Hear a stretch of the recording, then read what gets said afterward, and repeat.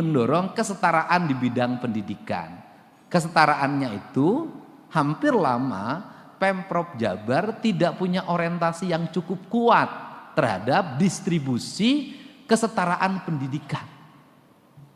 Jadi ini pada Pak Wahyu mantan Kadisdik, barangkali dalam waktu 5 tahun ke belakang anggaran untuk membangun ruang kelas baru, sekolah baru sangat minim, bahkan pernah nol. Assalamualaikum warahmatullahi wabarakatuh. Sampurasun. Nasdem. Alhamdulillah. Saya mengucapkan terima kasih, selamat datang. Ini senior saya waktu saya mengikuti latihan kader 1 Himpunan Mahasiswa Islam calon cabang persiapan Purwakarta, Kak Saan Mustofa. Saya adalah murid dia, dulu beliau ketua bidang PTKP di HMI cabang Bandung. Saya waktu itu mengikuti pelatihan pendidikan konsolidasi massa. Biasanya Kang Saan ngajarin cara demonstrasi. Jadi saya pertama mengenal demonstrasi dan mempraktekkan demonstrasi yang ngajarin Kang Saan. Alhamdulillah, dan sampai sekarang Kang Saan itu walaupun sudah menjadi pejabat tinggi negara, kedudukannya bergengsi, tetapi tetap wajahnya wajah demonstran. Kurus, wajahnya jarang ke salon, tidak glowing seperti Pak Sabil lah. Kelihatan banget, dan aktivis itu begitu, selalu dekat dengan sahabatnya, selalu dekat dengan rakyatnya, dan selalu tipis dompetnya. Itu ciri khas aktivis. Jadi saya tidak berani kalau ke Kang Saan minta bantuan biaya untuk nyalon gubernur, itu nggak berani saya. Ucapkan terima kasih Kang Saan, dan saya mengapresiasi Akang dari sisi prestasi sebagai kader. Bagaimanapun bahwa berubahnya wajah Nasdem di Jawa Barat, bertambahnya kursi Nasdem di Jawa Barat, semuanya adalah perang Kang Saan. Dan ciri khas Kang Saan itu satu, setiap ada orang potensial pasti didekati, didekapnya, dan diajak masuk Nasdem. Itu kalau saya kurang-kurangnya sebentar lagi dilangkul, bahaya ini. Saya bilang boleh merangkul saya tapi izin dulu Pak Dasko. Saya ucapkan terima kasih juga pada Ketua Bidang Pemenangan DPP Partai Nasdem wilayah Jawa Barat. Terima kasih atas kehadirannya. Ini sahabat saya di DPRD Provinsi Jawa Barat, ketua praksi, ketua DPW yang tidak pernah minta apapun selama saya jadi gubernur. Dan ketika saya tanya, kenapa nggak pernah minta apapun? Dia bilang, saya cukup punya 1 wali kota Bandung, sudah cukup.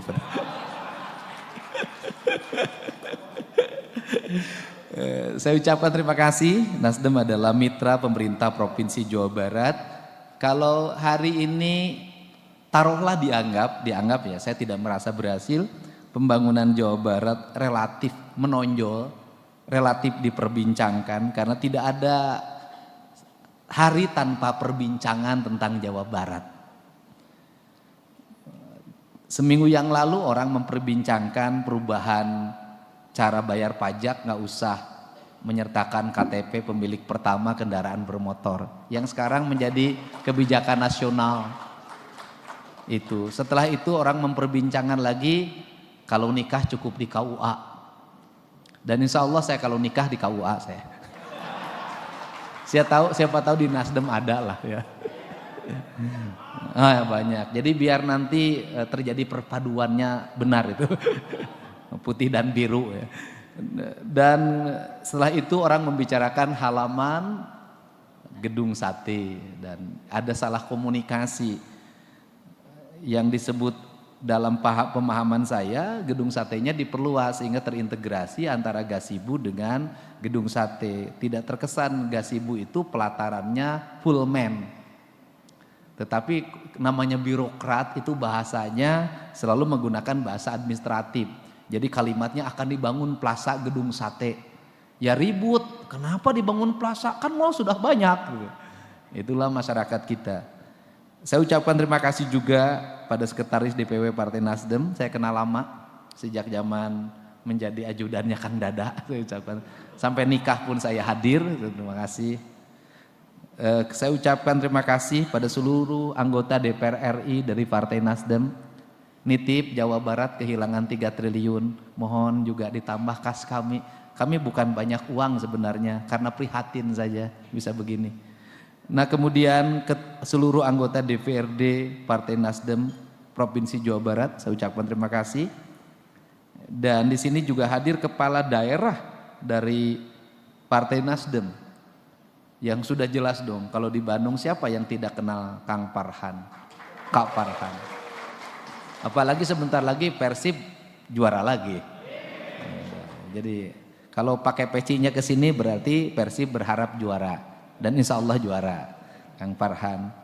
Dan kemudian ini ada sangat dekat dengan saya, sering WA setiap pagi, Wali Kota Sukabumi, dekat dengan saya. Terus juga sebenarnya dekat juga, saya sering ngingetin tiap pagi WA, cuman suka agak telat jawabnya Bupati Indramayu. Susah ngikutin saya, bangunnya jam 4. Udah datang belum? Ya. Kemudian ada Wakil Bupati Karawang. Ya, kalau di Karawang Nasdemnya nggak usah diperjuangkan lagi, sudah ada mbahnya di sana. Kemudian juga saya ucapkan terima kasih kepada Kepala Kesbangpol, terima kasih Kepala Diskominfo. Spirit setiap partai politik kan sama dengan spirit kepemimpinan, menginginkan bahwa negeri ini mengalami perubahan.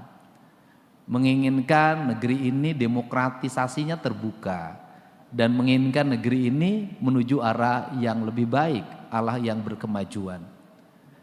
Untuk itu yang pertama saya mengucapkan terima kasih. Partai Nasdem sudah menjadi bagian dari pemerintah Provinsi Jawa Barat untuk terus memberikan kontribusi yang terbaik bagi kepentingan masyarakat Jawa Barat. Kita tahu bahwa 1/5 urusan Indonesia itu ada di Jawa Barat.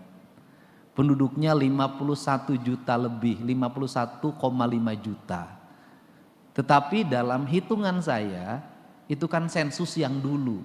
Bisa jadi penduduk Jawa Barat itu 54 juta. 54 juta itu pasti memerlukan ruang hidup yang terbuka. Dan kita paham semakin sini ruangnya semakin sempit. Industrialisasi, kemudian juga pertumbuhan pendidikan, pertumbuhan perkotaan, semakin menyempitnya ruang terbuka hijau, semakin terdegradasinya lingkungan, kemudian multidimensi manusia datang ke Provinsi Jawa Barat melahirkan keanekaragaman karakter yang harus dikelola secara arif dan bijaksana. Tetapi dari sisi prinsip saya sampaikan bahwa pemerintah Provinsi Jawa Barat memiliki komitmen yang kuat terhadap 4 hal. Yang pertama adalah mengembalikan kembali jati diri masyarakat Jawa Barat yang memiliki 4 dimensi kebudayaan. Mengembalikan Jawa Barat dalam budaya Sunda Kulon, mengembalikan Jawa Barat dalam budaya Sunda Priangan, mengembalikan Jawa Barat dalam budaya Sunda Cirebon, dan mengembalikan Jawa Barat dalam Sunda Betawi.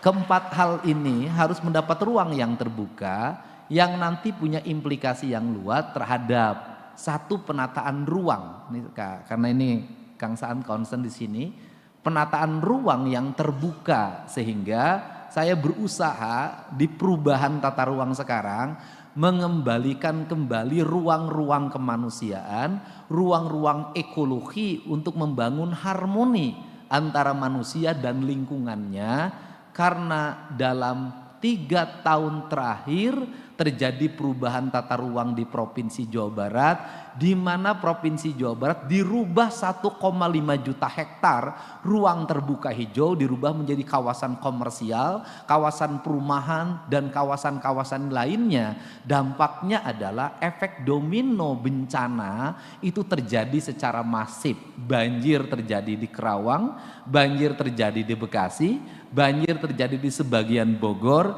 banjir dan longsor terjadi di Sukabumi, banjir terjadi di kota Bandung sebagian, di Kabupaten Bandung, di Indramayu, bahkan sekarang banjir sudah melanda Tasik dan Ciamis. Untuk itu komitmennya sekarang Pemda melakukan tata ruang untuk dikembalikan kembali ruang-ruang terbuka hijau itu. Karena apa? Karena ruang terbuka hijau adalah mitigasi untuk membangun kearifan dan harmoni lingkungan. Itu yang pertama. Yang kedua, ini spiritnya sama karena saya lama dekat dengan Pak Surya. Di sini saya dulu sering menemani ketika beliau partainya belum sebesar sekarang. Suka nemani dangdutan di sini bertiga sama Bu Reri. Pesan beliau adalah memperjuangkan tentang nasionalisme di mana setiap manusia memiliki kebebasan untuk beragama secara terbuka. Saya sering mendapat telepon dari Bu Reri, pasti isunya adalah isu keagamaan. Kok di sini kenapa ada di sini? Di sini kenapa ada di sini? Di sini kenapa? Saya selalu menjelaskan. Untuk itu Jawa Barat itu lama menjadi daerah yang banyak sekali orang yang merasa keyakinannya sebuah kebenaran sehingga dia harus dipaksakan pada yang lain mengikuti arah dan pikirannya. Sehingga intoleransi menjadi isu sensitif. Nah, dalam perspektif ini saya selalu ingin berusaha bahwa hak beragama, hak berkeyakinan merupakan hak individual yang tidak boleh dipaksa oleh orang lain untuk, ya selamat datang Pak Luki. Enggak apa-apa Pak, baru telat 1 jam aman Pak. Untuk dilaksanakan secara berkeadilan. Maka masih terjadi tapi ruang lingkupnya sudah semakin kecil. Kemudian yang ketiga adalah membangun ruang kesetaraan.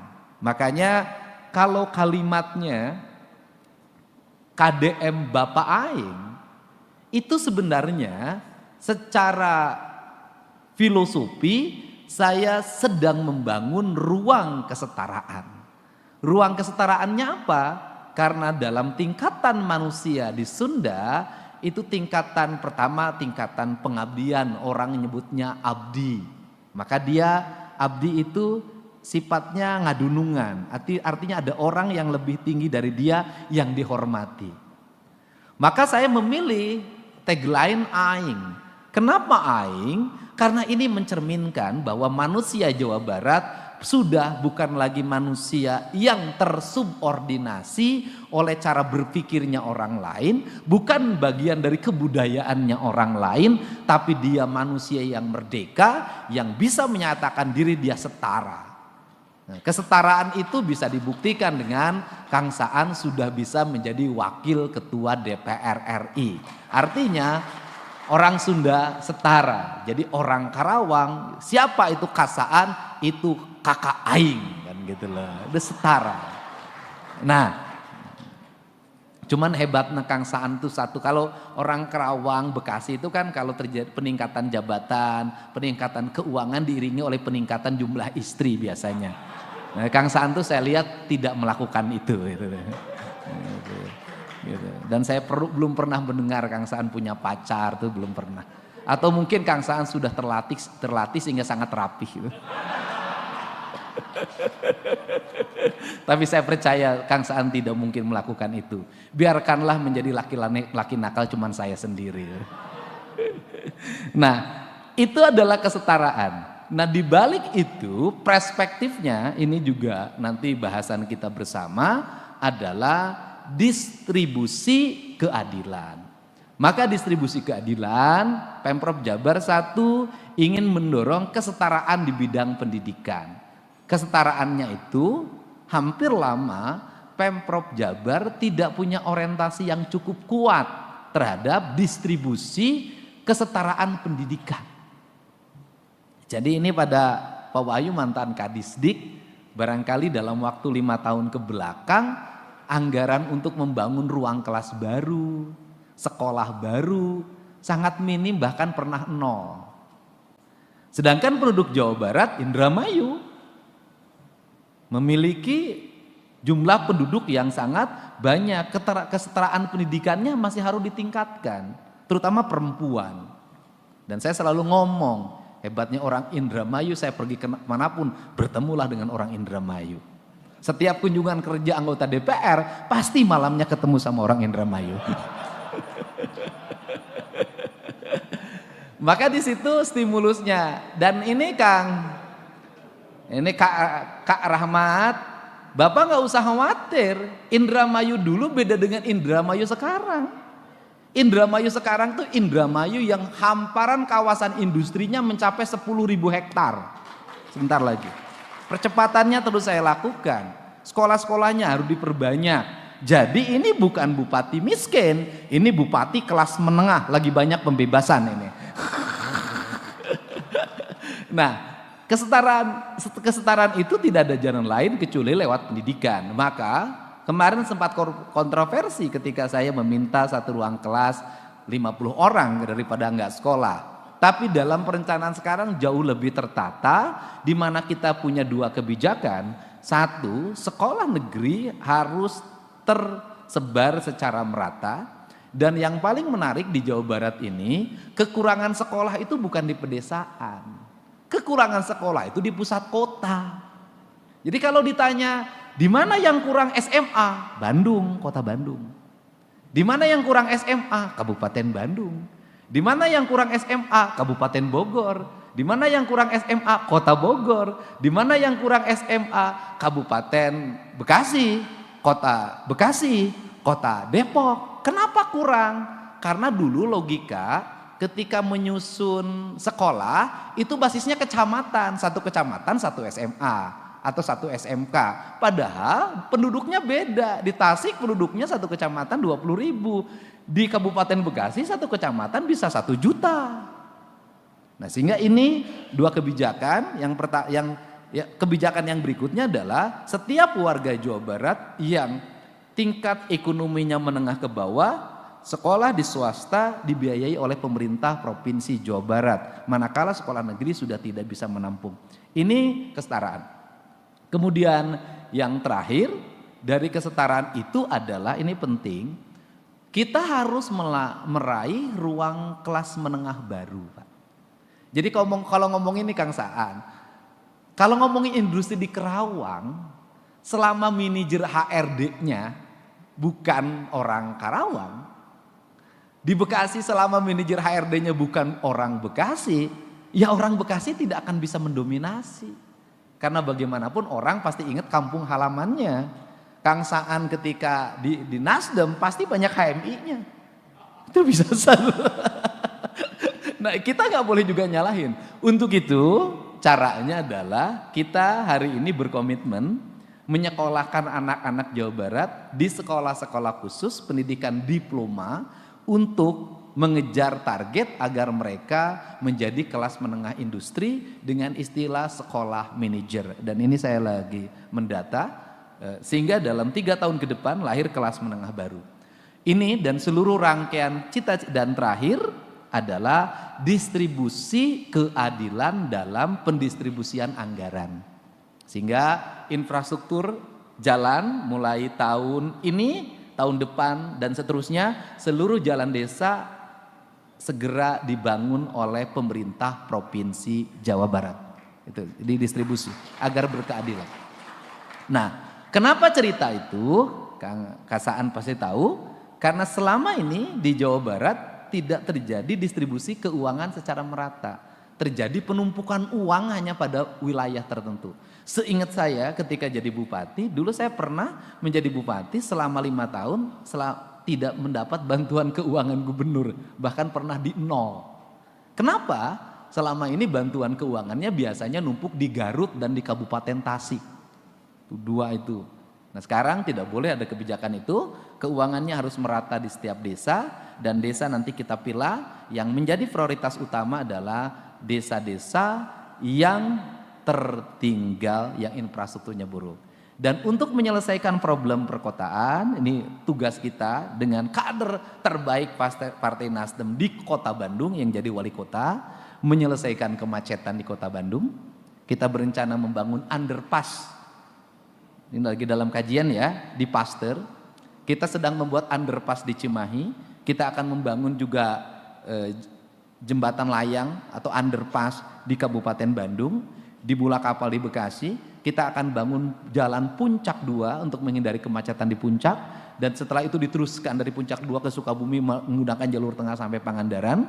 Kita juga tahun ini, karena ini saya hormat pada Kasaan sering macet, saya membangun jembatan di Karawang Barat gitu biar tidak macet, dan jalannya itu juga sudahlah kalau memang agak susah dibangunnya biar oleh Pemprov dibangun sekalian. Ini rasa hormat saya buat Kasaan. Nah, karena Kasaan juga nanti banyak nyumbang anggaran ke Provinsi Jawa Barat. Itu teori Pak, kalau ngasih 100 miliar dapat 1 triliun kan nggak ada masalah. Nah, kemudian juga kita akan terus mendorong infrastruktur pengembangan di wilayah-wilayah Cirebon, Majalengka, Kuningan. Dan ini cara untuk mempercepat pembangunan Jawa Barat. Sehingga kita ingin Jawa Barat menjadi provinsi yang dihormati karena kemampuan pengelolaan fiskalnya, dihormati karena perkembangan industrinya, dihormati karena kemampuan pendidikannya, dihormati karena peningkatan kualitas sumber daya ekonomi masyarakatnya, dihormati karena seluruh produktivitasnya. Sehingga jujur saya tidak ingin lagi mendengar ke depan Jawa Barat jadi tempatnya kawin kontrak di wilayah Cianjur, Sukabumi, dan Bogor. Nah ini kan brand yang harus segera dihapus.